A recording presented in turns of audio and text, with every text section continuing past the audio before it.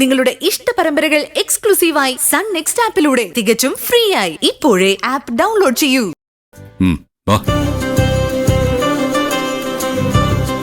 ഈശ്വര കാത്തോണേ.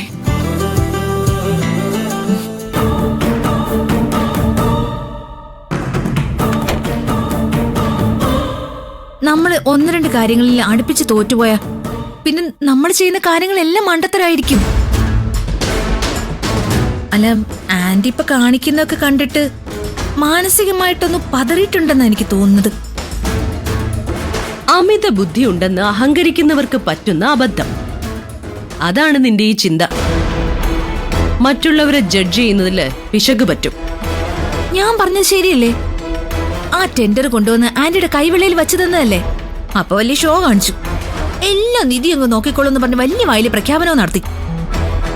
എന്റെ ആന്റി ആ കൊട്ടേഷന്റെ എമൗണ്ട് അറിഞ്ഞിരുന്നെങ്കിൽ അതുപയോഗിച്ച് നമുക്ക് എന്തൊക്കെ ചെയ്യായിരുന്നു. എന്ത് ചെയ്യുമായിരുന്നു? എന്തായാലും സ്വന്തം കമ്പനിയുടെ കാല് വരാന്ന് ആന്റി തീരുമാനിച്ചു. അപ്പൊ പിന്നെ ആ കൊട്ടേഷന്റെ എമൗണ്ട് നമുക്ക് വേറെ ഏതെങ്കിലും കമ്പനിയിലേക്ക് ഈസി ആയിട്ട് ചോർത്തി കൊടുത്തുകൂടായിരുന്നോ? ഇക്കാര്യത്തില് നിന്റെ ഉപദേശം തൽക്കാലം എനിക്ക് വേണ്ട. ഉപദേശിച്ചതല്ല, ദൈവമായിട്ട് അവരെ കൊണ്ട് ആ ഫയല് ആന്റിയുടെ കയ്യിൽ തരാൻ തോന്നിപ്പിച്ചത്. അത് തട്ടിക്കളഞ്ഞതും അണ്ടത്തരായി പോയിന്ന് പറഞ്ഞതാ.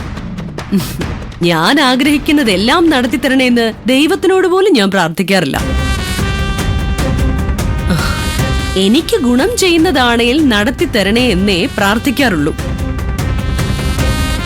ദൈവം ഇപ്പൊ കാണിച്ചു തന്ന വഴിയല്ല എന്റേത്.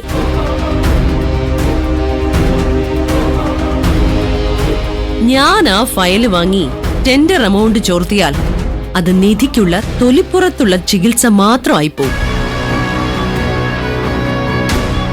ചികിത്സ കൊടുക്കേണ്ടത് അവളുടെ ഉള്ളിലാ.